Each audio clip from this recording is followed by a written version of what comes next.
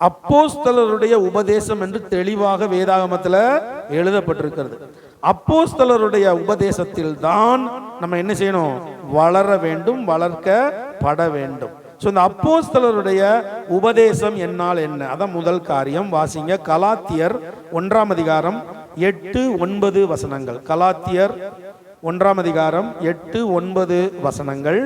நாங்கள் உங்களுக்கு பிரசங்கித்த சுவிசேஷத்தை அல்லாமல் நாங்களாவது வானத்திலிருந்து வருகிற ஒரு தூதனாவது வேறொரு சுவிசேஷத்தை உங்களுக்கு பிரசங்கித்தால் அவன் சபிக்கப்பட்டவனாயிருக்க கடவன். முன் சொன்னது போல மறுபடியும் சொல்லுகிறேன், நீங்கள் ஏற்றுக்கொண்ட சுவிசேஷத்தை அல்லாமல் வேறொரு சுவிசேஷத்தை ஒருவன் உங்களுக்கு பிரசங்கித்தால் அவன் சபிக்கப்பட்டவனாய் இருக்க கடவன். நாங்கள் உங்களுக்கு பிரசங்கித்த சுவிசேஷத்தை அல்லாமல், நாங்களே ரெண்டாவது பிரசங்கம் பண்ணாலும் சரி, வானத்திலிருந்து ஒரு தூதன் வானத்திலிருந்து ஒரு தூதன் எவ்வளவு வேல்யூபிள் இல்லையா? வானத்திலிருந்து தூதனே பிரசங்கம் பண்ணாலும் சரி, வேறொரு சுவிசேஷத்தை உங்களுக்கு பிரசங்கித்தால் அவன் சபிக்கப்பட்டவனா இருக்க கடவன். அப்போ அப்போஸ்தலருடைய உபதேசத்துக்கு விரோதமான உபதேசம் எல்லாம் சபிக்கப்பட்ட உபதேசம். இது விவரம் தெரியாம தான் இன்னைக்கு நிறைய பேரு அப்போஸ்தல உபதேசம் என்ன, மற்ற உபதேசம் என்னன்னு இன்னைக்கு வரைக்கும் நிறைய பேருக்கு என்ன செய்ய மாட்டேங்குது, தெரிய மாட்டேங்குது. பைபிளை கையில தூக்கிட்டு இப்படி வச்சுட்டு வீட்டுக்குள்ள வந்துட்டா ஊழியக்காரர் இல்லையா? எல்லாம் ஊழியக்காரர்னு சொன்னா உடனே ஊழியக்காரர். அப்படி அல்ல. அப்போஸ்தல உபதேசம் என்பது நம்மை சரியான பாதையில நடத்துவது. அப்போஸ்தல உபதேசம் என்பது கர்த்தருடைய வருகைக்கு நம்மை ஆயத்தப்படுத்துவது. மற்ற உபதேசம் எல்லாமே இந்த பூமியில நீங்க செழிப்பா வாழுங்க, நீங்க ஆசீர்வாதமா வாழுங்க, இப்பவுமே உங்க பேங்க்ல ஒரு 10 லட்சம் விழுந்துரும், இப்படி மாதிரிதான் மாயையா இருக்கும். உலக ஆசீர்வாதத்தை மட்டுமே போதிக்கிற உபதேசமா இருக்கும். அப்போஸ்தல உபதேசம் அதுக்காக இந்த உலக ஆசீர்வாதம் தேவை இல்லையா? கட்டாயம் தேவை. உலக ஆசீர்வாதம் தேவை. அப்போஸ்தல உபதேசம் என்ன? உலக ஆசீர்வாதம் உனக்கு 2ஆம் பட்சம் தேவ பிள்ளையே. ஏன்னா அது தானா வரும். உங்களுக்கு இன்னது தேவை என்று உங்கள் பிதா அறிந்திருக்கிறார். உலக ஆசீர்வாதத்துக்காக நீ பின்னால ஓடவே ஓடாத. நீ ஆவிக்குரிய ஆசீர்வாதத்தை நோக்கி ஓடு. அதாவது முதலாவது தேவனுடைய ராஜ்யத்தையும் அவருடைய நீதியையும் தேடுங்கள், அப்பொழுது இவைகளெல்லாம் உங்களுக்கு கூட கொடுக்கப்படும். இந்த உலக ஆசீர்வாதம் எக்ஸ்ட்ராவா கிடைக்கும். எப்போ? தேவனுடைய ராஜ்யத்தை தேடி. இதுதான் அப்போஸ்தல உபதேசம். அப்போஸ்தல உபதேசம் ஒரு நாளும் உங்களுக்கு உலக செழிப்புக்காக உளுந்து ஜெபிக்காது. ஆமா, உங்களுக்கு செழிப்பு தானாக என்ன செய்யும்? வர ஆரம்பிச்சிடும். அது அப்போஸ்தல உபதேசத்தை மட்டும்தான் போதித்தது. இப்ப போதிக்கான்னு தெரியல. இப்ப எல்லாம் காலம் பிடிது மாறிக்கொண்டே. அப்போஸ்தல உபதேசம் மட்டும்தான். அங்கதான் நானும் வளர்ந்தேன், அங்கதான் நான் வளர்க்கப்பட்டேன். அந்த அப்போஸ்தல உபதேசம் எனக்கு ரொம்ப பிடிச்சிருந்தது. அதுக்காக நான் குறைவா இருந்தேன்னா, எல்லா வசதி வாய்ப்போட செழிப்பா இருந்தேன், ஆனா அப்போஸ்தல உபதேசத்துல வாழ்ந்தேன். அப்போஸ்தல உபதேசத்துல வாழ்ந்த எல்லாரையும் பாத்தீங்கன்னா மிகப்பெரிய கோடீஸ்வரர்களா இருப்பாங்க. ஆனா ஒரு காலமும் பணத்தை குறித்து அங்க பிரசங்கம் பண்ணவே மாட்டாங்க. எந்த காரிய செழிப்பை குறித்து பிரசங்கம் பண்ணவே மாட்டாங்க. ஒன்லி வருகை வருகை வருகை வருகை வருகை. நீங்க வருகைக்கு ஆயத்தப்படும் பொழுது கர்த்தருக்கு தெரியும், என் பிள்ளை என்னை மட்டுமே சார்ந்திருக்கிறது. ஒரு பிள்ளை தகப்பனை மட்டுமே சார்ந்திருந்தா அந்த தகப்பன் எல்லாவற்றையும் அந்த பிள்ளைக்கு என்ன செய்வாரு? செஞ்சு கொடுத்துருவாரு. தகப்பனை நம்பாத பிள்ளை தன் சுய பலத்தை நம்புதுன்னு வைங்களேன், தகப்பன் கை விட்டுருவான் இல்லையா? அந்த பிள்ளை முட்டி மோதி மண்டையை உடைச்சுதான் மேல வரணும். ஆமா, தகப்பனை சார்ந்திருக்கிற பிள்ளைய தகப்பன் ஒரு நாள் என்ன செய்ய மாட்டான்? கைவிட மாட்டான். அதே மாதிரிதான் உலக தகப்பனை விட நம்ம தகப்பன் பெரியவர். அப்போஸ்தல உபதேசம் முதலாவது வருகையை பிரசங்கிக்கிறது. இங்க தெளிவா சொல்லிட்டார். நானா இருக்கட்டும், தேவதூதனே உன் ஏடிஎம் பின்ன எடுத்து பாரு, உன் பேங்க்ல போய் பாரு, 10 லட்சம் வருதுன்னு சொன்னா அப்போஸ்தல உபதேசம் கிடையாது. நல்ல லைட்டா கலரை போட்டு டிஸ்கோ டான்ஸ் ஆடிக்கிட்டு இருந்தா அது அப்போஸ்தல உபதேசம் கிடையாது. அப்போஸ்தல உபதேசம் என்பது வருகைக்கு உங்களை ஆயத்தப்படுத்துவது. நீங்க எப்படியாவது வருகையில் என்ன செஞ்சிடணும்? வந்துடணும். நீங்க கைவிடப்படக்கூடாது. அதுதான் உலகம், பணம், பிசினஸ் இதெல்லாம் சபைக்குள்ள என்ன செய்யாது? வரவே வராது. எத்தனையோ விசுவாசி எங்க சபைக்கு வருவான், பாஸ்டர் இந்த ஸ்கீம் இருக்கு, அந்த ஸ்கீம் இருக்கு, சேருங்க, உங்க விசுவாசியெல்லாம் சேர்த்து விடுங்க, நான் செருப்பு கழட்டி அடிப்பேன் அப்படின்னு ஓடி ரந்தால ஓடி இருக்கு. அவன் எப்படி கொடுப்பான்னா காணிக்கலாம் எனக்கு நிறைய கொடுத்துக்கிட்டு இருப்பான். ஆமா. ஆனா அவனோட உள் நோக்கம் என்னமா இருக்கும்னா, இவர் சொன்னார்னா நிறைய பேர் என்ன செய்வாங்க, கேட்பாங்க. இவர் சொன்னார்னா இந்த ஸ்கீம்ல நிறைய பேர் சேருவாங்க. அதனால நம்ம இவருக்கு 10,000 ரூபாய் காணிக்க கொடுத்தா இவர் மூலியமா நமக்கு ஒரு 10 லட்சம் ரூபாய் கிடைக்குங்கிற பிளானை போட்டு சபைக்குள்ள வருவான். ஆவியானவர் என்னை நடத்தவில்லை என்றால் நான் ஜெயிலில் போய் உட்கார்ந்துட்டு இருப்பேன். ஆவியானவர் என்னை நடத்துவதாக இருந்தால் வருகைக்கு ஜனங்களை ஆயத்தப்படுத்திக்கிட்டு இருப்பேன். இதுதான் வித்தியாசம் அப்போஸ்தல உபதேசத்துக்கும் உலக உபதேசத்திற்கும். 2 தீமோத்தேயு 4ஆம் அதிகாரம் 2, 3, 4, 5. சமயம் வாய்த்தாலும் வாய்க்காவிட்டாலும் ஜாக்கிரதையாய் திருவசனத்தை பிரசங்கம் பண்ணு. எல்லா நீடிய சாந்தத்தோடும் உபதேசத்தோடும் கண்டனம் பண்ணி கடிந்து கொண்டு புத்தி சொல்லு. ஏனென்றால் அவர்கள் ஆரோக்கியமான உபதேசத்தை பொறுக்க மனதில்லாமல் செவித்தின உள்ளவர்களாகி தங்கள் சுய இச்சைகளுக்கேற்ற போதகர்களை தங்களுக்கு திரளாக சேர்த்து கொண்டு சத்தியத்துக்கு செவியை விலக்கி கட்டுக்கதைகளுக்கு சாய்ந்து போகுங்காலம் வரும். நீயோ எல்லாவற்றிலும் மனத்தெளி உள்ளவனாயிரு, தீங்கனுபவி, சுவிசேஷனுடைய வேலையை செய், உன் ஊழியத்தை நிறைவேற்று. அப்போஸ்தலர் உபதேசத்துல அடுத்த ஸ்டெப் இது. சமயம் வாய்த்தாலும் வாய்க்காவிட்டாலும் எப்படி பிரசங்கம் பண்ணுவாங்க? ஜாக்கிரதையா பிரசங்கம் பண்ணுவாங்க. விசுவாசிகளுக்கு பிரசங்கிக்கும் பொழுது ஜாக்கிரதையா பிரசங்கம் பண்ணுவாங்க. 2வது, எல்லா நீடிய சாந்தத்தோடும் உபதேசத்தோடும் கண்டனம் பண்ணி கடிந்து கொண்டு புத்தி சொல்லுவாங்க. எப்படி? சாந்தமா இருப்பாங்க, சின்ன பிள்ளை போல இருப்பாங்க. ஆனா சில வேளைகள்ல சுவிசேஷத்தின் நிமித்தமாக உங்களை கடிந்து கொள்ள வேண்டும் என்றால் எப்படி கடிந்து கொள்வாங்க? கண்டனம் பண்ணி கடிந்து கொண்டு உபதேசிப்பாங்க. அதனால நீங்க கொடுக்குற தசமபாகம் வராதே, நீங்க கொடுக்குற காணிக்க வராதே அப்படிலாம் யோசிக்கவே மாட்டாங்க. நீ போனா இன்னொருத்தர் என்ன செய்வாரு? கர்த்தரன். சில விசுவாசியோட முட்டாள்தனமான சிந்தனை என்னன்னா, நான் தான் தோல்ல தூக்கி சுமந்துக்கிட்டு இருக்கேன்னு நினைச்சிட்டு இருப்பாங்க. கிடையவே கிடையாது. காகங்களை கொண்டு போஷிக்கிற கர்த்தர். நீ போயிட்டினா அந்த இடத்துக்கு இன்னொருத்தனை கர்த்தர் நினைச்சுவாரு, வரவழைப்பார். எந்த உண்மையான ஊழியக்காரனும் எந்த விசுவாசியை நம்பி ஊழியத்துக்கு வரமாட்டாங்க. ஊழியக்காரனே கிடையாது, அட்டூழியக்காரன். விசுவாசியை நம்பி இன்னைக்கு இந்த விசுவாசி இருந்தா என் வீடு நடக்கும், என் சபை நடக்கும் அப்படின்னு சொன்னா அவன் ஊழியக்காரனே கிடையாது, அட்டூழியக்காரன். என்னை அழைத்தவர் உண்மை உள்ளவர், கடைசி பரியந்தம். அப்ப என்ன பண்ணுவாங்க? கண்டனம் பண்ண வேண்டிய இடத்துல கண்டனம் எல்லாத்தையும் கேட்டு அப்படி செஞ்சுட்டு இருக்க மாட்டாங்க. சில பேரோட எண்ணம் எப்படி இருக்குன்னா, நான் சொல்றத ஊழியக்காரர் கேட்கணும், அப்படியே செய்யணும். அப்போ நீங்க கடவுள் ஆயிட்டீங்க. இப்போ நீங்க யாராயிட்டீங்க? ஏன்னா ஊழியக்காரர் யார் பேச்சை கேட்டு ஊழியம் செய்யணும்? கர்த்தருடைய பேச்சை கேட்டு ஊழியம் செய்யணும். உங்க பேச்சை கேட்டு, மனிதனுடைய பேச்சை கேட்டு ஊழியக்காரன் ஊழியம் செஞ்சான்னா அவன் மனிதனுக்கு அடிமையாயிட்டான். பரலோகத்துக்கு அவனும் வர முடியாது, அவனை நம்பி இருக்கிற கூட்டமும் வர முடியாது. வேதம் தெளிவாய் சொல்லுகிறது, கண்டனம் பண்ணி கடிந்து கொண்டு புத்தி சொல்லு. தப்புன்னு பட்டா டப்புன்னு சொல்லிடணும். ஆமா, தப்புன்னு தெரிஞ்சிட்டுனா டப்புன்னு என்ன சொல்லணும்? இது தப்பு, நீங்க பண்றது தப்பு. அப்ப இதுதான் அப்போஸ்தல உபதேசம். சும்மா தடவி கொடுத்து, ஐயோ மாசம் 10,000 ரூபாய் தசமபாகம் கொடுத்துட்டு இருக்காரு, ஐயோ மாசம் 5,000 ரூபாய் தசமபாகம் கொடுக்காங்க, நம்ம கடிந்து கொண்டா வேற சபைக்கு போயிடுவாங்களோ அப்படின்னு நினைச்சா ஊழியக்காரனும் பரலோகத்துக்கு வர முடியாது, விசுவாசியும் பரலோகத்துக்கு வர முடியாது. வேதம் தெளிவாய் சொல்லுகிறது. ஏனென்றால் அவர்கள் ஆரோக்கியமான உபதேசத்தை பொறுக்க மனதில்லாமல் செவி தினம் உள்ளவர்களாகி தங்கள் சுய இச்சைகளுக்கு ஏற்ற போதகர்களை தங்களுக்கு திரளாய் சேர்த்துக் கொள்வார்கள். ஏன்னா ஆரோக்கியமான உபதேசம் எப்படி இருக்கு? அப்போஸ்தல உபதேசம் கடிந்து கொள்றாங்க, சரி தப்பு அப்படின்றாங்க, தப்பு இனிமே செய்யக்கூடாது, ஓகே அப்படின்னு கண்டிச்சு திரும்ப கண்டிச்சுக்கிட்டே இருப்பாங்களா?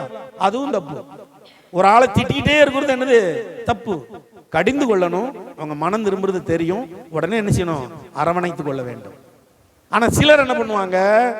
அவர்கள் ஆரோக்கியமான உபதேசத்துக்கு செவி கொடுக்க மாட்டாங்க. அதெல்லாம் முடியாது முடியாது முடியாது, என்ன வச்சுதான் சபையை வச்சு நான் கிடையாது அப்படின்ட்டு டப்புன்னு ஒரு போதகர் 2 போதகரை பார்க்க மாட்டாங்க. இங்க வேதம் சொல்லுகிறது, அவர்கள் செவித்தினம் உள்ளவர்களாகி தங்கள் சுய இச்சை, தங்களுக்கு ஈக்குவலா, தங்களுக்கு ஏற்றபடி யார் இருக்கா, தங்களுக்கு ஏற்றபடி சுவிசேஷத்தை யார் சொல்றா, ஏன் இச்சைக்கு தக்கன, ஏன் வாஞ்சிக்கு தக்கன யார் சொல்றா, அப்படிப்பட்ட அநேகரை, திரளான்னா அநேகரை சேர்த்துக் கொள்வார்கள். நான் அடிக்கடி சொல்லுவேன், இந்த காலையில் ஒரு கூட்டம், சாயங்காலம் ஒரு கூட்டம், மத்தியானம் ஒரு கூட்டம், தூத்துக்குடியில் ஒரு கூட்டம், திருநெல்வேலி கூட்டம், அலையாதீங்க அப்படின்னு. ஆமாம், நீங்கள் பாட்டுக்கு ஆண்டவர் சமூகத்தில் தரித்திருங்க. ஆலயத்துக்கு வர நேரத்துக்கு ஆலயத்துக்கு வாங்க. உங்களுக்காக ஒரு போதகரை கர்த்தர் என்ன செஞ்சிருக்கிறாரு, கொடுத்திருக்கிறாருல்ல இல்லையா? அந்த போதகர் உங்களுக்காக ஜெபிக்கும் பொழுது அது நிச்சயமா நடக்கும். ஒருவேளை அந்த போதகர் ஜெபிச்சு உங்களுக்கு கிடைக்கலன்னா உங்களிடத்தில் என்ன குற்றம் இருக்குன்னு முதல்ல நீங்க யோசிக்கணும். ஜெபிச்ச ஊழியக்காரர் சரியில்லைன்னு சொல்லக்கூடாது. உங்கள்கிட்ட என்ன குற்றம், நான் அப்படிதான் பார்ப்பேன். என்னிடத்தில் என்ன குற்றம் இருக்கிறதுன்னு முதல்ல நான் பார்ப்பேன். அடிக்கடி நான் என் சீடியை தான் எக்ஸாம்பிள் கொடுப்பேன். என் சீடியை பாருங்க, என் பழைய போட்டோ பாருங்க, கோட் ஷூட் போட்டிருப்பேன். நீங்கள் ஆயத்தமானு நினைச்சுவேன், இப்படி வச்சிருப்பேன். கை திருநெல்வேலியில் ஃபோட்டோ எடுத்தேன். ஸ்டுடியோக்காரன் சொன்ன அறிஞர் அண்ணா மாதிரி இருக்கு, வேற போஸ்ட் கொடுங்கண்ணா. நான் சொன்ன போஸ்ட் கொடுக்க வரலப்பா, இதில் சத்தியம் இருக்கு அப்படின்னு. கைக்குள்ளேயா சத்தியம் இருக்கு, உனக்கு சொன்னாலும் புரியாது, நீ போட்டோ எடு. என் எல்லா சீடிலையும் பாருங்க நான் இப்படி தான் வச்சிருப்பேன். என் ஃப்ளெக்ஸ், வால் போஸ்ட், நான் 10 வருஷத்துக்கு முன்னால ஊரெல்லாம் இப்படி தான் பெரிய பெரிய பேனர் வச்சிருப்பாங்க. 20 அடி 40 அடி பேனர்லாம் இருக்கும் எனக்கு வச்சிருப்பாங்க. அதில் கோட் ஷூட் போட்டு கை நீட்டிட்டு இருப்பேன். நீங்கள் ஆயத்தமா அப்படின்னு இருக்கும். ஏன் இப்படின்னா ஆவியானவர் எனக்கு கற்றுக் கொடுத்தது, இந்த ஒரு விரல் உங்களெல்லாம் பார்த்து சொல்லுது, இயேசு சீக்கிரம் வரப்போறார், நீங்கள்லாம் ஆயத்தமா இருக்கீங்களா, ஆயத்தமா இருக்கீங்களான்னு. ஒண்ணு, உங்களை பாவம் செய்யாதீங்க, பரிசுத்தமா இருங்க, ஆயத்தமா நீங்க, ஆயத்தமா நீங்க ஒரு விரல் சொல்லிட்டு இருக்கு. மீதி 3 விரல் சொல்லுகிற ஜானே நீ சரியா இருக்கியா, நீ சரியா இருக்கியா, நீ சரியா இருக்கியான்னு இந்த 3 என்ன செய்யுது, கேட்டுக்கிட்டு இருக்கு. இந்த கட்ட விரல் என்ன செய்யுது,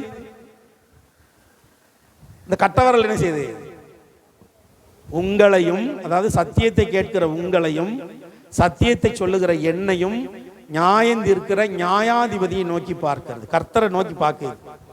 அப்பா சொல்ற ஊழியக்காரனும் கரெக்டா இருக்கான், கேட்கிற விசுவாசியும் கரெக்டா இருக்கு, இடையில பிசாசு வராம பாதுகாத்து கொள்ளுங்க, அவ்வளவுதான். அப்ப சத்தியத்தையும் அறிவீர்கள், சத்தியம் உங்களை, அதுதான் அப்போஸ்தல உபதேசம். எங்க சத்தியம் உங்க இருதயத்துல பதிகிறதோ, அந்த சத்தியத்தின்படி வாழ வேண்டும் என்கிற வாஞ்சை உங்களுக்கு வருகிறதோ, நீங்க சரியான அப்போஸ்தல உபதேசத்துல இருக்கீங்க. இல்லைன்னா டெய்லி ஞாயிற்றுக்கிழமை ஆயிட்டுனா நல்ல பெரிய பைபிளை வச்சுக்கிட்டு கண்ணை மூடிட்டு எய்தாப்புல மண்ணுலாரி வந்தா கூட தெரியாம நேரம் சர்ச்சுக்கு வந்துட்டு திரும்ப வீட்டுக்கு போறது, இது ரெகுலரா நடக்கும். அப்படி ஒரு கூட்டம் லட்சக்கணக்கில் இருக்கு. நான் அடிக்கடி சொல்லுவேன், பன்னிக்குட்டி வேண்டவே வேண்டாம், ஆட்டுக்குட்டி தான் வேணும். ஒரு முத்துக்களா என்ன செய்யணும், பிறக்கணும். வருகை பக்கத்துல இருக்கு. அவருடைய வருகைக்கு நம்ம ஆயத்தப்படுத்தணும். அதுக்கு சமயம் வாய்த்தாலும் வாய்க்காவிட்டாலும் ஜாக்கிரதையாய் திருவசனத்தை பிரசங்கம் பண்ணுவது அப்போஸ்தல உபதேசம். எல்லா நீடிய சாந்தத்தோடும் உபதேசத்தோடும் கண்டனம் பண்ணி கடிந்து கொண்டு புத்தி சொல்லுவது அப்போஸ்தல உபதேசம். ஆரோக்கியமான உபதேசத்தை பொறுக்க மனம் இல்லாம அப்படி போயிட்டாங்கன்னா அவர்களுக்காக ஜெபிப்பதும் அப்போஸ்தல உபதேசம். இப்ப நம்மளை விட்டு போயிட்டாங்க, விட்டுருவோமா நம்ம, அவங்களுக்காக என்ன செய்வோம், ஜெபிச்சுக்கிட்டே இருப்போம். என்ன ஜெபம், அவன் நாசமா போட்டேன் ஏசப்பா, நான் எவ்வளவு உபாசம் போட்டேன் இவனுக்காக, எவ்வளவு கண்ணீர் விட்டேன், இப்படி போயிட்டானே நாசமா போட்டும், அப்படியே ஜெபிப்போம். ஏசப்பா இவர்கள் அறியாமல் செய்கிறார்கள், அவர்கள் அல்ல, அவர்களை ஏமாற்றுகிற பிசாஸ், அவர்களை வஞ்சிக்கிற பிசாஸ்.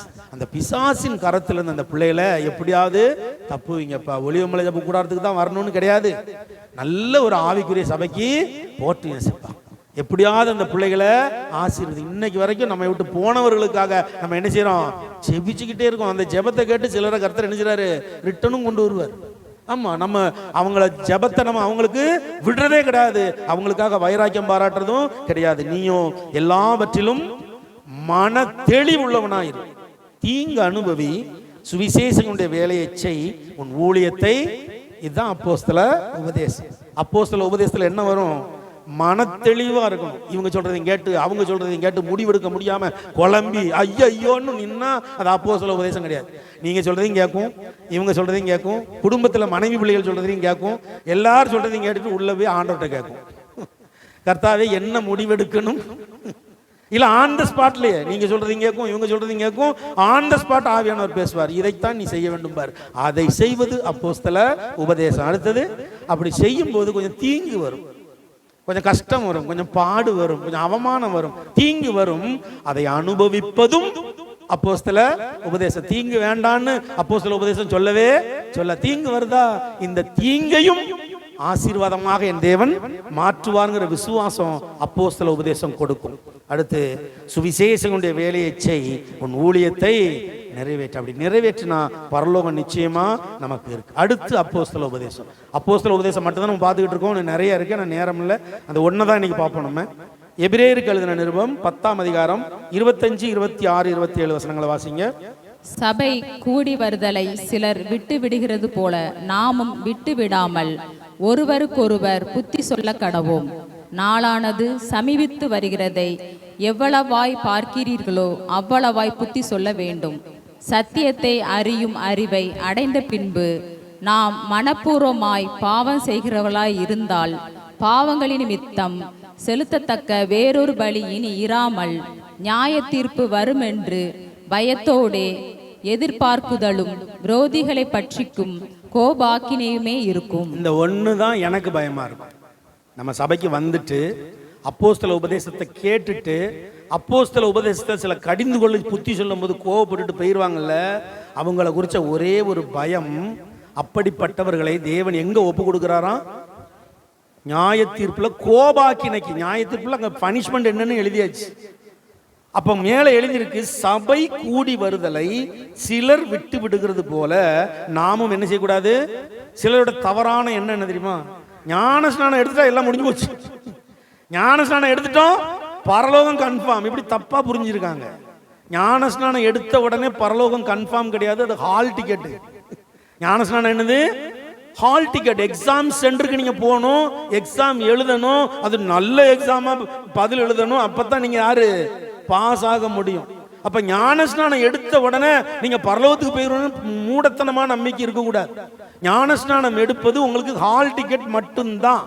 நீங்க ஞானஸ்நானம் எடுத்த பிறகு சபை கூடி வருதலை சிலர் விட்டு விடுகிறது போல நாமும் என்ன செஞ்சிடக்கூடாது, விட்டுறக்கூடாது. நிறைய பேர் ஞானஸ்நானம் எடுத்தோன்னா முடிஞ்சு போச்சு, அவ்வளவுதான், இனிமே என்னத்துக்கு சர்ச்சு அப்படின்னு சில பேர் டிராமாவுக்காகலாம் எடுப்பாங்க. அப்படிலாம் எடுக்கவே கூடாது. ஞானஸ்நானத்துக்கு ஒரு சபை, ஐக்கியத்துக்கு ஒரு சபைன்னு வச்சுக்கிட்டு இருப்பாங்க. அப்படி இருக்க கூடாது. ஞானஸ்நானம் நம்ம எடுத்த பிறகு சபை கூடி வருதலை சிலர் விட்டு விடுகிறது போல நாமும் என்ன செஞ்சிடக்கூடாது, விட்டு விடாமல் ஒருவருக்கு ஒருவர் என்ன செய்யணுமா, ஏன் புத்தி சொல்லணுமா? அவங்க விட்டு விட்டாங்க, விவரம் தெரியாம வசனத்தை தூக்கிட்டு முன்னால போய் வச்சிடணும். வசனம் சொல்லுகிறது, நீங்க ஞான ஸ்நானம் எடுத்த பிறகு சபை கூடி வருதல் என்ன செய்யக்கூடாது, விட்டுவிடக்கூடாது. ஏனென்றால் நாளானது சமீபித்து வருகிறதை எவ்வளவாய் பார்க்கிறீர்களோ அவ்வளவாய் புத்தி சொல்ல வேண்டும். வீடியோ எடுத்து போட்டுக்கிட்டு இருக்காங்க. வீடுகள்லாம் நொறுக்கப்பட்டு அழிக்கப்பட்டு கிடக்கு. எல்லாம் அன்னைக்கு உயிரை கையில பிடிச்சிருந்துருக்காங்க. வீடுலாம் மொட்டை மாடியவே காணும். சில வீடுகள் எல்லாம் அடிச்சு தூக்கியிருக்காங்க வீட்டை. நிறைய வீடுகள் பாதிப்பு காஷ்மீர்ல. இந்த யுத்தம் நமக்கு எதை காட்டுகிறது? நாளானது சமீபித்து வருகிறது. நல்ல அமைதியான நாடு இந்தியா. அந்த இந்தியாலே இப்ப கலவரத்தை உண்டாக்குறாங்க பாருங்க. யுத்தம் முடிஞ்சிட்டுன்னு எல்லாரும் நினைச்சுக்கிட்டு இருக்கீங்கன்னா தப்பு. யுத்தம் முடிஞ்சிட்டு ஃப்ரீயா இருக்கும். என்ன நடந்துகிட்டு இருக்கு? நான் எப்பவுமே எல்லாரும் சொல்லுவாங்க, இவருக்கு என்ன அவங்க உள்ள போய் கேட்டுக்கிட்டு இருந்தாரோம்பாங்க. உள்ள போய் எல்லாம் கேட்க வேண்டிய அவசியம் இல்லை. எனக்குள் இருக்கிற ஆவியானவர் வெளிப்படுத்துவார். எவ்வளோ ரகசியங்களை வெளிப்படுத்தி இருக்கிறார். நம்ம ஊழியத்தோட பேர் என்னது? எல்லாருக்கும் ஒளிவமலை ஜபாலயம் தானே தெரியும். நம்ம ஊழியத்தோட ஒரிஜினல் பெயர் தி ரெவலேஷன் மினிஸ்ட்ரிஸ். அப்படிதான் கவர்மெண்ட்ல ரெஜிஸ்டர் பண்ணியிருக்கிறோம். ஏன்னா கர்த்தர் எனக்கு கொடுத்த பெயர் அதுதான். ஒலிவமலைங்கிறது சபை. ஊழியத்தின் பெயர் வெளிப்படுத்தல் ஊழியம். வெளிப்படுத்தல்னா என்னது? பைபிள்ல உள்ள ரகசியத்தை மட்டும் தேவன் வெளிப்படுத்த மாட்டாரு. உங்க சிந்தனையை தேவன் வெளிப்படுத்துவார். அரசாங்கத்தில் நடப்பதை வெளிப்படுத்துவார். வரப்போவதை வெளிப்படுத்துவார். அப்போ ஒரு யுத்தம் வரும் பாருங்க. ஆமா, அந்த யுத்தம் தான் 3ஆம் உலக போரை கொண்டு வரும். நான் திரும்பவும் சொல்றேன், பல வருஷமா 17 வருஷமா சொல்லிட்டு இருக்கிறேன்.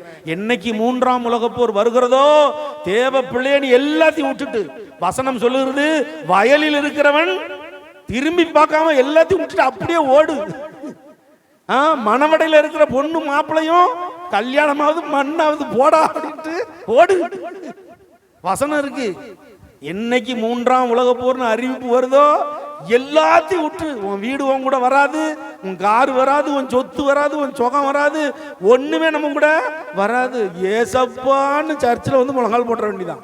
ஏன்னா நாட்கள் சமீபித்து வருகிறதை எவ்வளவாய் பார்க்கிறீர்களோ, எந்த அளவு பார்த்துட்டே வரீங்களோ, ஆமாப்பா இந்த அடையாளங்கள்லாம் பயங்கரமா நடக்கு அப்படிங்கும்போது அவ்வளவாய் புத்தி சொல்ல வேண்டும்.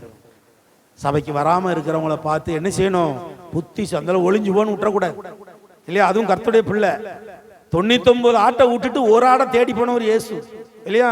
அப்ப அவர்களுக்காக என்ன செய்யணும்?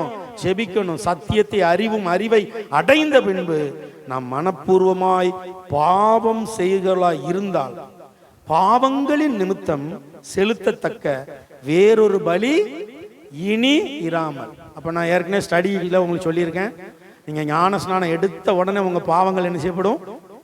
நீ எவ்வளோ பெரிய பாவியா இருந்துட்டு போ, நீ எவ்வளோ பெரிய பாவியா இருந்துட்டு போ, தண்ணிகளை முக்கும் போது பாவத்துக்கு மறித்து நீதிக்கு பிழைப்பாயாகன்னு தூக்கிடுவோம். அப்போ உங்க பாவம் எல்லாம் என்ன செய்யப்படும்? கர்த்தருடைய முதுகுக்கு பின்னால எரியப்பட்டு அவர் திரும்பி கூட பார்க்க மாட்டார். உன் பாவங்கள் அத்தனையும் மன்னிக்கப்பட்ட. அட்டாப்பாட்டா சாலிப்பா, என் பாவமெல்லாம் மன்னிச்சுட்டாரா, இனிமே திரும்ப ஃபர்ஸ்ட்ல இருந்து தொடங்கிடுவோம். அப்படியா? அதுக்கு தான் இங்க கீழே எழுதியிருக்காரு, சத்தியத்தை அறியும் அறிவை அடைந்த பின்பு. இப்ப எல்லாம் தெரிஞ்சிட்டு நமக்கு, ஆமா பாவம் செய்யக்கூடாது தெரிஞ்சிட்டு, நாம் மனப்பூர்வமாய் பாவம் செய்கிறவர்களாய் இருந்தால் பாவங்களின் நிமித்தம் செலுத்தத்தக்க வேறொரு பலி இனி இல்ல. ஒரே பலி இயேசு கிறிஸ்து. இனி ஆட்ட பலி கொடு மாட்ட பலி கொடுலாங்க கிடையாது. இயேசு கிறிஸ்து ஒரே தரம் பலி ஆயிட்டார். இப்ப திருவிருந்து வாங்க போறீங்க. திருவிருந்து என்னது? இயேசுவின் சரீரமும் இரத்தமும். அப்ப அந்த ஒரே பலி இட்டாச்சு, இனி வேறொரு பலி இல்ல. நியாய தீர்ப்பு வரும் என்று பயத்தோட எதிர்பார்க்குதலும் விரோதிகளை பட்சிக்கும் கோபாக்கினையுமே இருக்கும். ஸோ இனிமே என்ன மிச்சம் வரும்? ஞானஸ்நானத்துக்கு பிறகு, ஞானஸ்நானம் எடுத்த பிறகு நம்ம துணிஞ்சு இனிமே நம்ம பாவம் செய்ய ஆரம்பிச்சிட்டோம்னா என்ன வருமா? நியாய தீர்ப்பும் கோபாக்கினையும் வரும் என்று எழுதப்பட்டிருக்கிறது. அப்ப என்ன செய்யணும்? பயப்படக்கூடாது. ஐயோ அப்ப ஞானஸ்நானம் எடுக்க வேண்டாம் அப்படி பயப்படக்கூடாது. வசனம் சொல்லுது, என்ன பேசுவோம் எப்படி பேசணும் பயப்படாத, பேசுவது நீ அல்ல பரிசுத்த. அதே மாதிரி ஞானஸ்நானம் எடுத்த பிறகு எப்படி நடக்கணும் என்ன செய்யணும்னு ஓவரா சிந்திக்க வேண்டாம். உங்களை நடத்த போவது யாரு? ஆவியானவர். அவ்வளவுதான். வலதுபுறம் இடதுபுறம் சாயாம வழி இதுவே, இதிலே நடவுங்கிற சத்தம் உங்களுக்கு என்ன செய்யும்? கேட்டுக்கிட்டே இருக்கும். ஆவியானவர் உங்களை நடத்திக்கிட்டே இருப்பாரு. அடுத்த காரியம், ஞானஸ்நானம் எடுத்த பிறகு சபை கூடி வரதுல விட்டுறக்கூடாது. சரியா? அது அடுத்தது எபிரேயர் 13ஆம் அதிகாரம் 17ஆம் வசனம். உங்களை நடத்துகிறவர்கள் உங்கள் ஆத்துமாக்களுக்காக உத்தரவாதம் பண்ணுகிறவர்களாய் விழித்திருக்கிறவர்களானபடியால் அவர்கள் துக்கத்தோடே அல்ல சந்தோஷத்தோடே அதை செய்யும்படி அவர்களுக்கு கீழ்ப்படிந்து அடங்குங்கள். அவர்கள் துக்கத்தோடே அப்படி செய்தால் அது உங்களுக்கு பிரயோஜனமாய் இருக்க மாட்டாதே. ஆமா, ஞானஸ்நானம் எடுக்கிற பிள்ளைகள் கற்றுக்கொள்ள வேண்டிய இன்னொரு காரியம், ஞானஸ்நானம் எடுத்த பிறகு ஊழியக்காரங்களை என்ன செய்யக்கூடாது? துக்கப்படுத்த கூடாது. அவன் உங்க பார்வைக்கு பாவியாவே இருக்கட்டும், உங்க பார்வைக்கு நரகத்துக்கு போறவனா இருக்கட்டும், உங்க பார்வைக்கு உன் நினைவுகள் என் நினைவுகள் அல்ல, உங்கள் வழிகள் என்பது கர்த்தருடைய பார்வை வேற. உங்க பார்வைக்கு தவறாவே இருக்கட்டும். ஆனா நீங்க என்ன செஞ்சிடக்கூடாது? ஊழியக்காரர்களை துக்கப்படுத்த கூடாது. நீங்க அப்படி துக்கப்படுத்திட்டா உங்களை நடத்துகிறவர்கள் உங்கள் ஆத்துமாக்களுக்காக உத்தரவாதம் பண்ணுகிறவர்களாய் விழித்திருக்கிறவர்கள் ஆனபடியால் அவர்கள் துக்கத்தோட அல்ல சந்தோஷத்தோட அதை செய்யும்படி அவர்களுக்கு கீழ்ப்படிந்து அடங்குங்கள். பாருங்க, நான் ரொம்ப பிரபலியமா இருந்த நாட்கள் மிகப்பெரிய கன்வென்ஷன் அட்டன் பண்ணுவேன். மூத்த ஊழியர்கள் எனக்காக வெயிட் பண்ணுவாங்க என் டேட்டுக்காக. அப்படி பிரபல்யம், பிஸி. ஆனால் தூத்துக்குடியில் ஒரு சபையில் தான் நான் விசுவாசியாக இருந்துக்கிட்டு ஊழியம் செய்கிறதுக்கு அனுமதி கிடையாது அந்த சபையில். ஆனால் எனக்கு மட்டும் எங்கள் சீஃப் பாஸ்டர் 183 நாட்டுக்கு தலைவர் இருக்காரு, அவர் நேருக்கு நேராக உட்காந்து, அவர் இப்படி தேர்த்திருக்கோம், இப்படி உட்கார்ந்து எனக்கு அனுமதி கொடுத்தது. அதுக்கடுத்து தலைமைன்னா தூத்துக்குடி தான். தூத்துக்குடி தலைமை எனக்கு அவ்வளோ க்ளோஸாக அனுமதி கொடுத்துச்சு ஊழியம் பண்ணுறது. ஆனால் நான் அவ்வளோ பிரபலியமாக இருந்தாலும் எங்கே உட்காருவேன் தெரியுமா? வரிசையில் தரையில் உட்காருவேன். என்னைய பற்றி திட்டு திருவிருந்து கொடுக்க வரும்போது நான் கன்வென்ஷன் போயிருப்பேன். இவன் திருவிருந்துக்கு முழங்கால நிற்பா, திருவிருந்து எல்லாம் கொடுக்காம நிப்பாட்டிட்டு இந்த புருஷன் ஊர் மேய போயிருக்கான், ஊர் சுத்த போயிருக்கான், இவன் முழங்கால நிற்கா. புருஷன் உனக்கு திருத்த முடியலையா? நான் எங்கே போயிருக்கேன்? ஊழியத்துக்கு போயிருக்கேன். நான் அங்க ஒரு 100 பேர் ஞானம் கொடுத்துட்டு இருக்கேன். அங்க அவருக்கு ஃபர்ஸ்ட் நம்ம ஊழியம் என்னன்னு தெரியாது. இப்படி ஒவ்வொரு ஞான ஸ்நானத்தையும் இந்த திருவிருந்துலையும் அழுதுட்டு தான் வருவா. எப்பா எனக்கு திருவிருந்து கொடுக்காம என்னை திட்டுறாரு, திட்டிட்டு திருவிருந்து கொடுக்காருப்பா, அழுதுகிட்டே இருப்பா. இப்போ எனக்கு ஆவியானவர் சொன்னாலும் ஒரு நாள் லேப்டாப்பை தூக்கிட்டு நீ அங்கே போ, அவர் உனக்கு ரூமுக்குள்ள அலவுடு கொடுப்பாரு, மக்களுக்கு என்ன காட்டுறியோ அதை லேப்டாப்பில் அவருக்கு காட்டு அப்படின்னாரு. உடனே அவர்கிட்ட சொன்னேன், அதெல்லாம் பார்க்கக்கூடாது, பாவம். அவங்க டிவிலாம் பார்க்க மாட்டாங்க, லேப்டாப் பார்க்க மாட்டாங்க, பாவம், அதெல்லாம் பார்க்க மாட்டோம் நாங்கள். நான் உடனே பாவம் இல்லைங்கிற வசனத்தை எடுத்து அவருக்கு காமிச்சிட்டு, உங்களுக்கு கர்த்தருக்கு நீங்கள் கேளுங்க, என்கிட்ட பேசுகிற கர்த்தர் உங்கள்கிட்ட பேசுவார்ல, நீங்கள் உண்மை ஊழியர் இல்லையா, என்கிட்ட பேசுகிற கர்த்தர் உங்கள்கிட்ட பேசுனாருன்னா என்னை ஃபோன் பண்ணி கூப்பிடுங்க, நான் வாரேன்.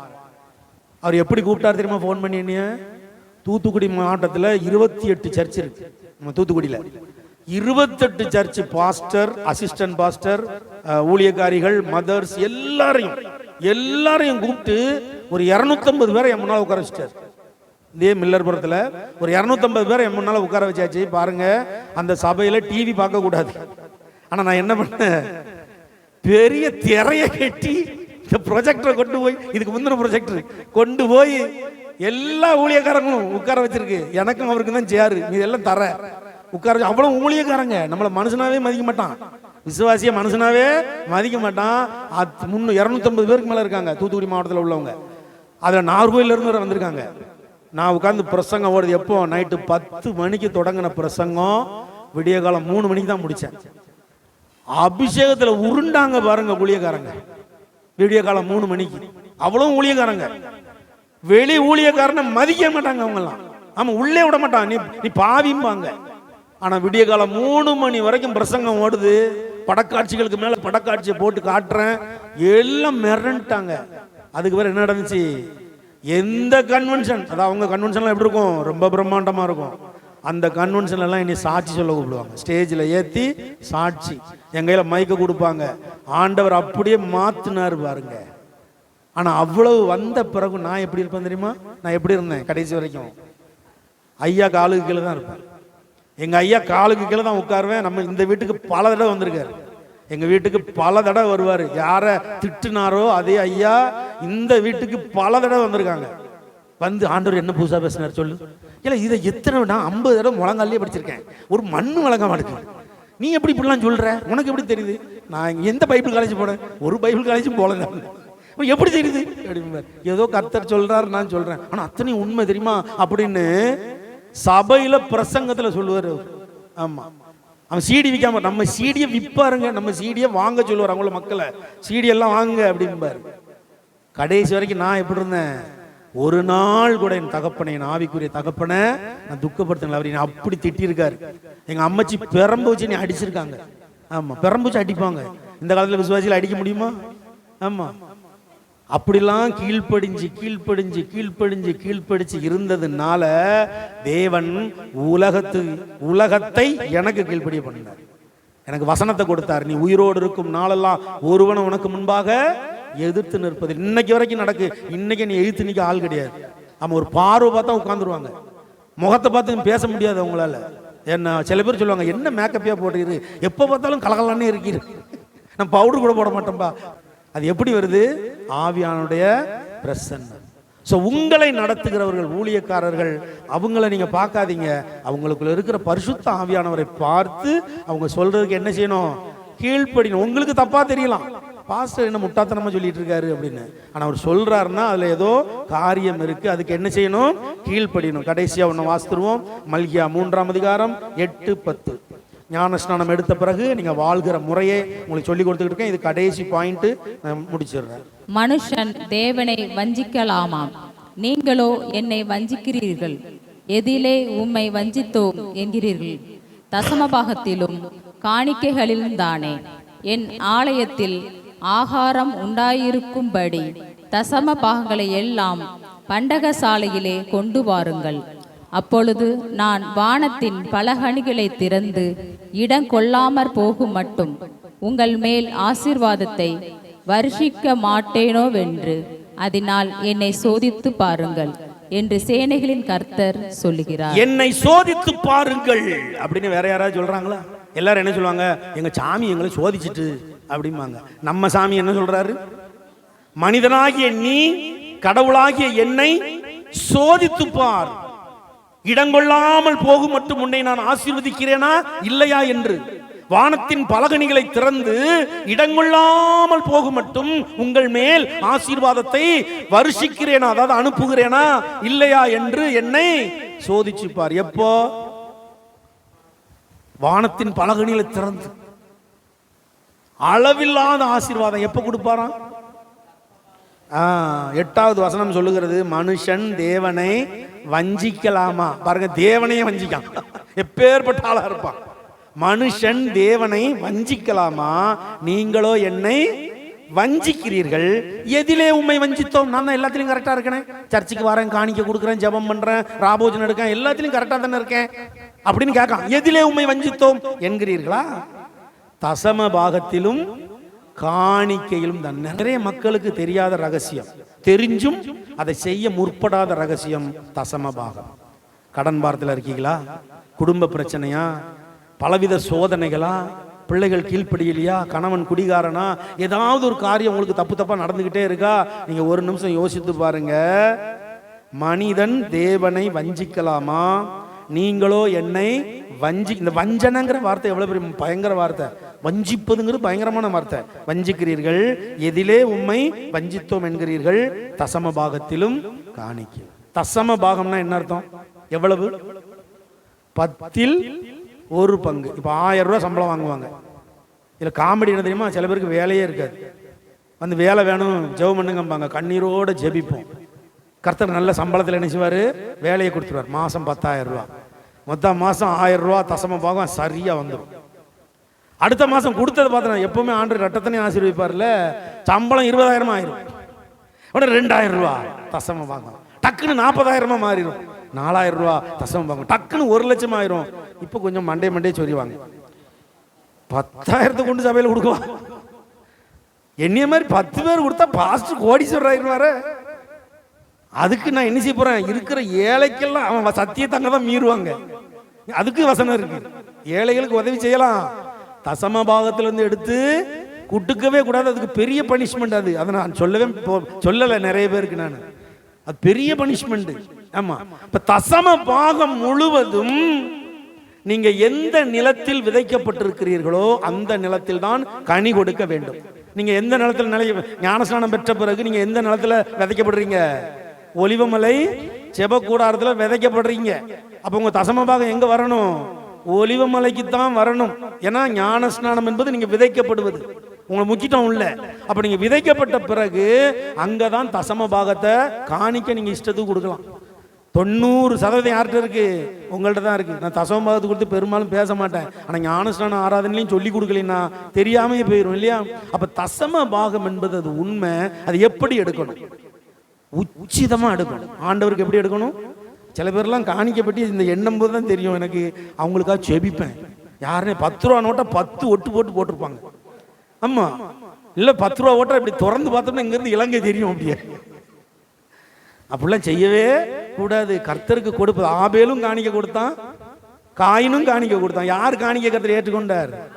ஆமா, ஊரெல்லாம் காணிக்க போட்டுச்சு. ஏன்னா ஒரு ஏழை விதவி காணிக்கப்பட்டா. யார் காணிக்க ஏற்றுக்கொண்டாரு? ஏன்? அந்த உச்சிதம், எல்லாவற்றிலும் முதன்மை. அதைத்தான் ஆண்டவர் எதிர்பார். கழிக்கப்பட்டதை கொடுத்தா கோபம் வரும் அவருக்கு. சர்ச்சுக்கு ஒரு நாளும் கழிக்கப்பட்டதை என்ன செய்யக்கூடாது? கொடுக்க கூடாது. இருக்கிறது பழசு பட்டை அப்படிலாம் எடுத்து சர்ச்சுக்கு கொடுக்கவே கூடாது. உள்ளதுல உச்சிதம். ஆமா, உள்ளதுல உச்சிதம். அப்படி நிறைய பேர் இருக்காங்க. சர்ச்சுக்குனாலே உள்ளதுல உச்சிதத்தை கொண்டு தான் கொடுப்பாங்க. ஏன்னா அது சர்ச்சுக்கு கொடுக்கல, யாருக்கு கொடுக்காங்க?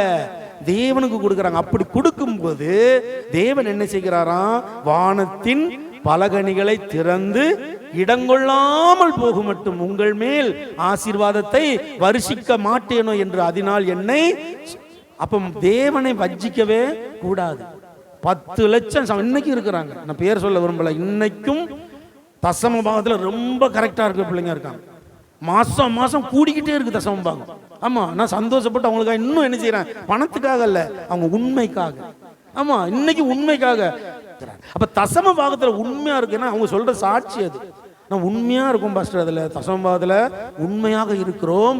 அதனால தேவனைகள் என்ன செய்யறாரு? ஆசிரியர் அடிக்கடி இந்த கால்கேட்டு பேஸ்ட் இருக்குல்ல, அவங்க சாட்சி தான் உலகமே சொல்லும். உங்களுக்கும் தெரியும்னு நினைக்கிறேன். காலையில் எழுந்துச்சுன்னா பல்லு விளக்குறீங்களே, கால்கேட் பேஸ்ட். அந்த பேஸ்ட் அது நிறுவனர், அந்த உரிமையாளர், ஓனர் எப்படி தசமமாக கொடுத்தாருங்கிற கதை உங்க எல்லாரும் தெரியுமா? தெரியுமா? எத்தனை பேருக்கு தெரியும்? தெரியும், ஒரு ஆளுக்கு தெரியுது. அந்த தசம பாகம் அவ்வளவு மேன்மையானதுங்க. நம்ம இடத்துல நீங்க இருக்கிற பிள்ளைகள் தசமமாக கொடுக்குற பிள்ளைகள் தெரியும். தசமமாக கொடுக்குற எல்லாரையும் தேவன் என்ன செய்யறாரு? ஆசீர்வதிச்சுக்கிட்டே இருக்காரு. அது எப்படி கொடுக்கணும்? உண்மையா இருக்கும். நான் திரும்பவும் சொல்றேன், நீங்க பிறருக்கு உதவி செய்யுங்க, என்ன வேணாலும் செய்யுங்க, உங்க 90% செய்யுங்க. ஆனா 10% சம்பளம் வாங்கின முதல் நாள் கவர்ல எடுத்து உள்ள வச்சிருங்க. ஆமா, கவர்ல உள்ள வச்சிருந்த தசம பாகம். ஏன் சொல்லுங்க? பிசாசோட சேட்டையே தசம பாகத்தை செலவு பண்ண வைக்கிறது தான்.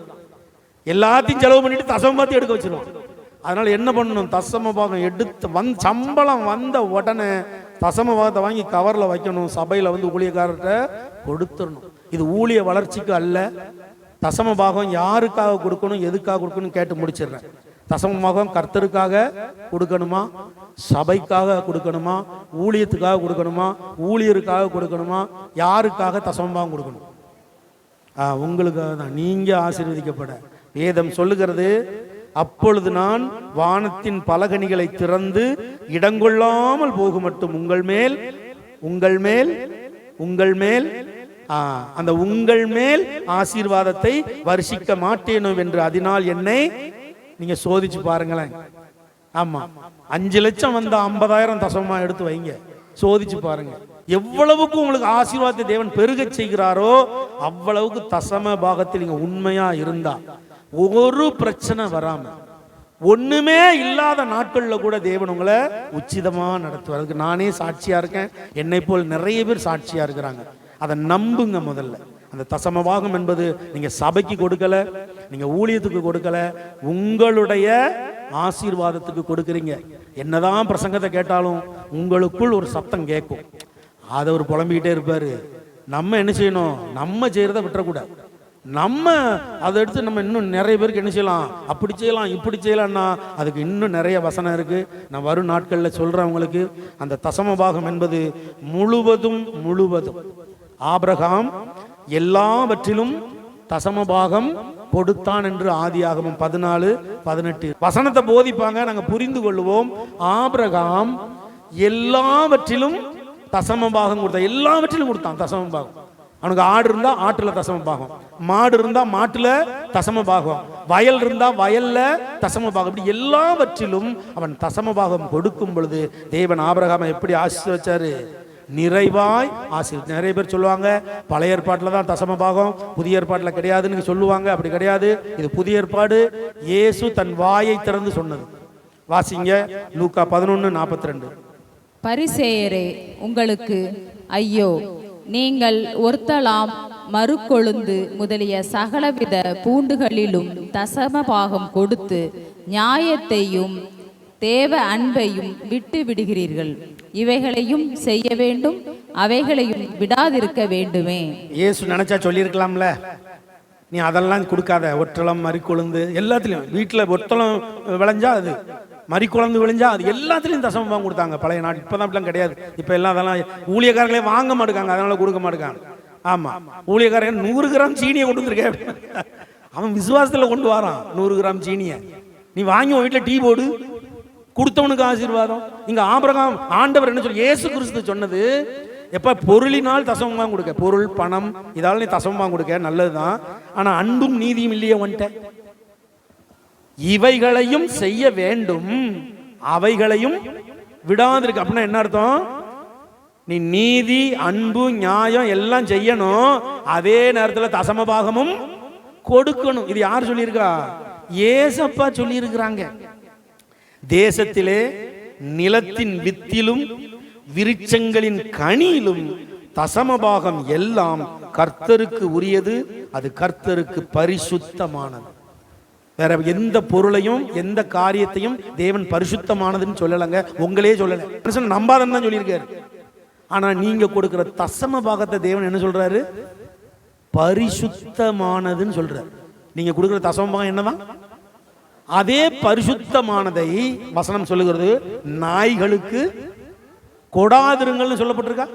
அப்போ உங்க தசம பாகம் பரிசுத்தமானது. அந்த பரிசுத்தமான தசம பாகத்தை பரிசுத்த ஸ்தலத்துல வந்து என்ன செய்யணும்? செலுத்தணும். ஊழியக்காரர் வீட்டுக்கு வந்தாருன்னா வீட்டுல வச்சு கொடுக்க கூடாது. உங்க வேலை ஸ்தலத்துக்கு ஜெபிக்க வந்தா வேலை ஸ்தலத்துல வச்சு கொடுக்க கூடாது. சபைக்கு வந்து தசம பாகத்தை ஊழியக்காரர் கையில கொடுத்து நீங்க ஜெபிக்க வேண்டும். வேதம் அப்படித்தான் நமக்கு கற்றுத்தருகிறது. எல்லாவற்றிலும் நம் தசம பாகத்துல உண்மையா இருந்தா அது பரிசுத்தம். ஆமா, பரிசுத்தம் இல்லாமல் ஒருவனும் கர்த்தரை தரிசிப்பதில்லையே. அப்ப தசம பாகத்தை நீங்க சரியா கொடுக்கும் பொழுது நீங்க கொடுக்கிற தசம பாகம் பரிசுத்தமாக இருப்பது போல உங்களையும் தேவன் எப்படி மாத்துவாரு? பரிசுத்தமாக மாற்றுவார். இன்னும் நிறைய இருக்கு தசம பாகத்தை குறித்து சொல்ல, நமக்கு நேரம் இல்லை. சுருக்கமாக சொல்லி முடிச்சிடுறேன். ஞானஸ்நானம் எடுத்த பிறகு, ஞானஸ்நானம் எடுத்த பிள்ளைகள் சபையில் தசம பாகத்தை கொண்டு சேர்க்கணும். பண்டசாலையில் அது சின்னது பெருசுலாம் கணக்கு பார்க்காதீங்க. ஆமாம், சின்னது பெருசுலாம் நான் எக்ஸா பேரை சொல்லக்கூடாதுன்னு நினச்சிட்டு சொல்லிடுறேன். இந்த உட்கார்ந்துருக்கா என் மகள், ஆவைக்குரிய மகள். 2000 ரூபா தான் சம்பளம் அவளுக்கு. மாதம் எவ்வளவு சம்பளம்? இப்போ முதல்ல 3000 ரூபா தான். அதான் 3000 தான் அவளுக்கு சம்பளம் முதல்ல. ஆமாம், ஆனால் அதில் அவள் என்ன செய்வா? அந்த தசம பார்த்து எடுத்து வச்சுருவா. ஆண்டவர் என்ன காமிச்சார்னா, என் ஆவிக்குரிய மகள் வீட்டில் போய் நாங்கள் 2 ஜெபிக்க போயிருக்கோம். அவள் சொன்ன ஒரு வார்த்தை நாங்கள் அழுதுட்டோம். நாங்கள் 2 வீட்டில் வந்து ரொம்ப அழுதோம். சொல்கிறா, எப்பா எங்களுக்கு சோறு பொங்க கூட என்ன இல்லை, வழி இல்லைப்பா, அரிசி இல்லைப்பா, ரேஷன் அரிசி தான், வேற அது வாங்குறதுக்கு ஒரு ஊறுகாய் வாங்க கூட எங்கள்கிட்ட காசு இல்லை. அந்த சூழ்நிலை நாங்கள் இருக்கோம் அப்படி. ஆனால் இன்னைக்கு நேற்று ஃபோன் போட்டு, நேற்று முந்தானே ஃபோன் போட்டு சொல்கிறா, எப்போ நான் ஃபோன் போட்டேன் நீங்கள் எடுக்கலை, என்னம்மா அப்படிங்க. கோடைச்சி ஒரு மாதிரி இது போடுறோம்ல தகரத்தில், வீடு பெப்பர் பேன் திறந்து கிடக்கு, ரோட்டில் எல்லாரும் பார்க்கலாம், தகரம் போட்டு மறைக்கம்பா அப்படின்னா எனக்கு சந்தோஷம். நான் பையனுக்கு பைக் வாங்கணும். என்ன பைக்கு? பைக்கெலாம் வாங்க கொடுக்கக்கூடாது பார்த்துக்கோ அப்படின்னு. வாங்கி கொடுத்தியா நீ? இல்லை இல்லை கொடுத்து பத்தியா கீழ்ப்படியிலே நீ பைக் சண்டைக்கு வராங்களா? சரி, சோத்திரம், கர்த்தர் மன்னிப்பாராக. பாருங்க, சாப்பாடு இது நிறைய பேர் சொல்லலாம். இன்னும் இருக்கிற நிறைய பேர் நான் சொல்லுவேன், அது 300 ரூபா தானே இல்லையா? நான் பெரும்பாலும் கொடுக்கறத எண்ண மாட்டேன், அதனால தான் எனக்கு தெரிய மாட்டேங்குது. ஆமாம், பாருங்க, அவ தசமபத்தில் உண்மையா இருந்தா அதே மாதிரி. இப்போ மண்டபம் நடக்கல, இங்கே மற்ற ஊழி அனௌன்ஸ் பண்றேன் இப்போ ஏதாவதுன்னா என்ன செய்யறாலும் தெரியாது, ஒரு 1000 ரூபா கவரில் வச்சு 5 ரூபா கொடுத்துருவா. மாப்பிள்ளை ஆக்சிடென்ட் ஆகி ஹாஸ்பிட்டல் படுத்து கிடக்காரு, ஆஸ்பத்திரி செலவுக்கே காசு இல்லை, நான் அங்கே போய் செவிக்க போயிருக்கேன், நான் தான் கொடுக்கணும்னு கொண்டு போயிருக்கேன். அவ அங்கே வச்சு என் கையை மாற்றி அமைக்கி தலையில் வச்சுட்டா, நான் தான் உங்களுக்கு தரணும்னு அங்கே வச்சு 1000 ரூபா கொடுக்க. ஆஸ்பத்திரியில் ஆக்சிடென்ட் ஆகி கிடக்காம மனுஷன் இல்லையா? அப்போ நான் யோசித்தேன், இந்த மகள் சத்தியத்தை ருசிச்சிட்டா, அதனால அவ பழைய நிலைமையும் நாங்கள் பார்த்தோம். நாங்கள் தான் அவளுக்கு என்ன செஞ்சோம்? அரிசி வாங்கி கொடுத்தோம். ஆமாம், அவ இப்போ இருக்கிற வளர்ச்சியும் நாங்கள் பார்க்குறோம். வளர்ச்சின்னு எடுத்துரும் கோடீஸ்வரியாவ கிடையாது, ஆனா அவ முன்ன இருந்ததை காட்டிலும் இப்ப ஆண்டவர் நினைச்சாரு. அது என்ன ரகசியம்னா இந்த தசம பாகம். இன்னைக்கும் பையன் சம்பளத்தில் எடுத்து வைக்கா, ஏன்னா தசமம் கூடுதல, கவர் கையில பிடிச்சா கொஞ்சம் நிறைய தெரியுது இல்லை, எவ்வளவு தான் தெரியாது. ஆனா ஆண்டவர் என்ன பண்றாரு? தசம பாகத்தில் பரிசுத்தம்னு எழுதிட்டார், தசம பாகத்தை பரிசுத்தம்னு எழுதிட்டார். அப்ப அந்த பரிசுத்த குலைச்சலை நம்ம என்ன செஞ்சிடக்கூடாது? உண்டாயிடக்கூடாது. பரிசுத்தமானதை நாய்களுக்கு கொடாது. அப்போ நம்ம நீங்க நினைப்பீங்க, ஐயோ ரொம்ப கஷ்டப்படுறான், தசம நீ 10,000 கொடுக்கணும், இது ஒரு 1000 ரூபா எடுத்து பண்ணி வச்சுக்கோ அப்படின்னா, பரிசுத்தத்தை எடுத்து நீங்க எங்க குடிக்கீங்க? அது வசனம்னு நிறைய இருக்கு, இன்னும் வரும் நாளில் சொல்லுவேன் உங்களுக்கு. நான் நம்ம சபையில பெரும்பாலும் நான் இதை போதிச்சதே கிடையாது இல்லையா, நீங்களா தெரிஞ்சுக்கோங்கன்னு விட்டுருவேன். ஆனா இன்னைக்கு ஆவியானவர் இதை போதிக்க சொன்னாரு. இது கட்டாயமா தசம பாகத்தை குறித்து. காரணம், நிறைய பிள்ளைங்க கடன்ல இருக்காங்க, நிறைய பிள்ளைங்க பிரச்சனையில இருக்காங்க, நிறைய பிள்ளைங்கள் ஓயாத பிரச்சனையில இருக்காங்க. இதெல்லாம் அவங்களுக்கு மாறணும்னா அந்த பிள்ளைகள் தசம பாகத்துல உண்மையா இருக்கும். ஆமா, உண்மையா இருக்கும். தசம பாகத்தை சம்பளம் வந்த உடனே முதல்ல எடுத்து கவர்ல வச்சு சர்ச்சு கொண்டு ஓடி அடுத்த பைசா வேற இடத்துக்கு செலவு பண்ணுது. என் பழைய டிரைவர்கிட்ட கேளுங்க சொல்லுவான், அந்த 10,000 தனியா எடுத்து வச்சுட்டு தான் ஆண்டவே பெட்ரோலே போடுவேன் நான். ஆமா, தேவன் அதை பார்த்து தான் இன்று வரை மன நிம்மதியா, சந்தோஷமா, சமாதானமா, செழிப்பாக வாழ வைத்துக் கொண்டிருக்கிறார். ஏன்னா அது பரிசுத்தம். அந்த பரிசுத்தத்துக்கு நம்ம இடைஞ்சல் வஞ்சிடவே கூடாது. ஸோ நீங்கள் கற்றுக்கொள்ளுங்கள், ஆவியானவர் இன்னும் உங்களோடு பேசட்டும். எங்கள் அன்பின் பரமபிதாவே, தகப்பனே, நீர் விதைக்க சொன்ன விதைகளை விதைத்து கொண்டிருக்கிறோம். விதைக்கப்பட்ட விதைகள் ஒவ்வொன்றும் 30, 60, 100 பலன் கொடுப்பதாக, உம்முடைய ராஜ்யம் வருவதாக, உம்முடைய சித்தம் பரலோகத்திலே செய்யப்படுவது போல பூலோகத்திலும் செய்யப்படுவதாக. அப்பா, இப்பொழுது இந்த ஞானஸ்நான ஆராதனை இருக்கிறது கர்த்தாவே. இந்த ஞானஸ்நான ஆராதனையை கர்த்தர் ஆசீர்வதிங்க. பெற்றுக்கொள்ள போகிற பிள்ளைகளை ஆசீர்வதிங்க அப்பா. மகன் பார்த்திபனை ஆசீர்வதிங்க, மகன் மோகனை ஆசீர்வதிங்க அப்பா. பெரிய ஏஞ்சலை ஆசீர்வதிங்க, சின்ன ஏஞ்சலையும் கர்த்தர் ஆசீர்வதிங்க. 4 பிள்ளைகள் கர்த்தாவே இன்றைக்கு ஒப்பு கொடுக்குறாங்க. பிள்ளைகளை கர்த்தர் ஆசீர்வதிங்க. உங்க நாமம் மகிமைப்படுவதாக. கலந்து கொண்டிருக்கிற ஒவ்வொரு பிள்ளைகளையும் ஆசீர்வதிங்க. மீட்பர் இரட்சகருமாகிய இயேசு கிறிஸ்துவின் இன்ப நாமத்தில் ஜெபம் கேளும் நல்ல பிதாவே, ஆமென், ஆமென். இப்ப 4 பேர் முன்னால வாங்க.